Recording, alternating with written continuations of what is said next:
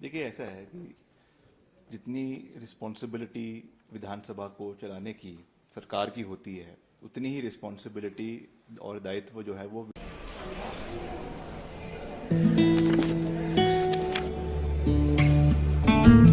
अब नहीं चलेगा।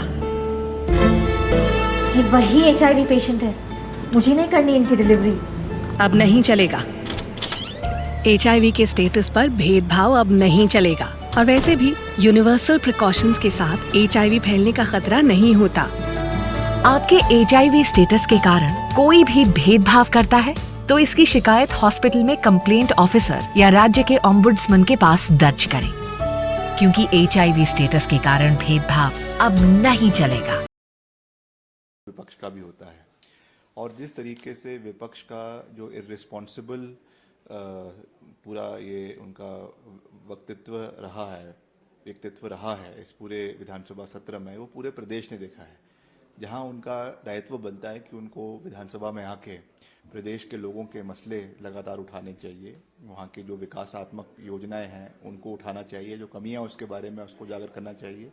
मगर नए नए पैंतरे लेकर ये रोज़ लोगों के बीच में जाने के लिए जो है वो वॉकआउट कर देते हैं और फिर मीडिया में आकर बयानबाजी करते हैं। तो इस तरीके से तो जो है वो सदन की कार्यवाही नहीं चल सकती है। और अगर ये सोचते हैं कि इस तरीके से करके ये जो है कोई लोकप्रियता हासिल कर लेंगे, तो उससे इनका जो मुद्दा है या मसला है वो हल होने वाला नहीं है। और सरकार के पास भी बहुत से मुद्दे हैं, बहुत से जो है मसले हैं जिसके ऊपर हम इनको घेर सकते हैं, घेर भी रहे हैं। और इसीलिए ये आज बौखलाहट में है, क्योंकि उनको दिख रहा है कि आज पूरे तरीके से ये प्रेशर में आ गए हैं। इनको क्या लगता है कि हम प्रोटेस्ट नहीं कर सकते हैं? अगर ये हमारे खिलाफ प्रोटेस्ट कर रहे हैं तो हमको भी जो अन्याय हिमाचल प्रदेश के लिए केंद्र से हो रहा है उसके बारे में हमको भी पूरी आवाज उठाने का अधिकार है। तो हम उस चीज का पूरा उपयोग कर रहे हैं, सदुपयोग कर रहे हैं, और हर तरीके से सरकार की जवाबदेही है। सरकार के जो विकास के कार्य हैं जो कांग्रेस पार्टी की सरकार कर रही है, उनको लोगों के बीच रखना हमारा दायित्व है। मगर जो ये भ्रम फैला रहे हैं बिना मतलब का, उसको काउंटर करना भी हमारा दायित्व बनता है। नेता प्रतिपक्ष कह रहे हैं कि जो हेल्थ एक बहुत बड़ा मुद्दा है और बेरोजगारी का बहुत बड़ा मुद्दा है, सरकार इस मुद्दे की बात नहीं करती। देखिए, इसमें मुख्यमंत्री जी ने बिल्कुल स्पष्ट कहा है कि उनके समय में तो कांस्टेबल्स की भर्तियां ही नहीं हुई। पूरा रिक्रूटमेंट हुआ, उसके बाद उसमें जो है फर्जीवाड़ा हुआ, उसमें स्कैम हुआ और वो फिर बाद में कैंसिल हो गई। तो हमने तो पुलिस की भर्तियां करी, करीबन 1300 से 1500 कांस्टेबल्स जो है वो बाकायदा भर्ती हुए। वन विभाग में हमारे वन मित्र भर्ती हुए, शिक्षा विभाग में रिकॉर्ड रिक्रूटमेंट्स हुई, डॉक्टर्स की रिक्रूटमेंट्स हुई। तो हर तरीके से रिक्रूटमेंट्स का पूरा प्रयास सरकार कर रही है। आउटसोर्स की ये बात करते हैं, आउटसोर्स पॉलिसी ऐसा तो नहीं है कि आज की है। आउटसोर्स तो पिछली सरकार में भी था, उसकी पिछली सरकार में भी था, और लगातार जो है वो अलग अलग डिपार्टमेंट्स में जो है वो आउटसोर्स के माध्यम से रिक्रूटमेंट्स करवाई जाती है। हालांकि उसमें माननीय उच्च न्यायालय के कुछ ऑब्जर्वेशंस है, सुप्रीम कोर्ट के कुछ ऑब्जर्वेशंस है, उसका भी ध्यान रखा जा रहा है। और इनके लिए जैसा मुख्यमंत्री जी ने आज भी कहा कि हम पॉलिसी बनाने का पूरा प्रयास कर रहे हैं ताकि भविष्य में इनके जो हित है उनको सुरक्षित किया जा सके। तो ये बिना मतलब के मसले उठाना और ऐसे मुद्दों के बारे में बात करना जिनका कोई तथ्य ना हो, ये मैं समझता हूं कि नेता प्रतिपक्ष को, जयराम जी को जो है वो शोभा नहीं देता। वो केवल आज वहां पे प्रतिस्पर्धा की लड़ाई है, वहां पे अस्तित्व की लड़ाई है। एक उनका नेता कुछ विषय उठाना चाहता है, दूसरा कुछ और उठाना चाहता है।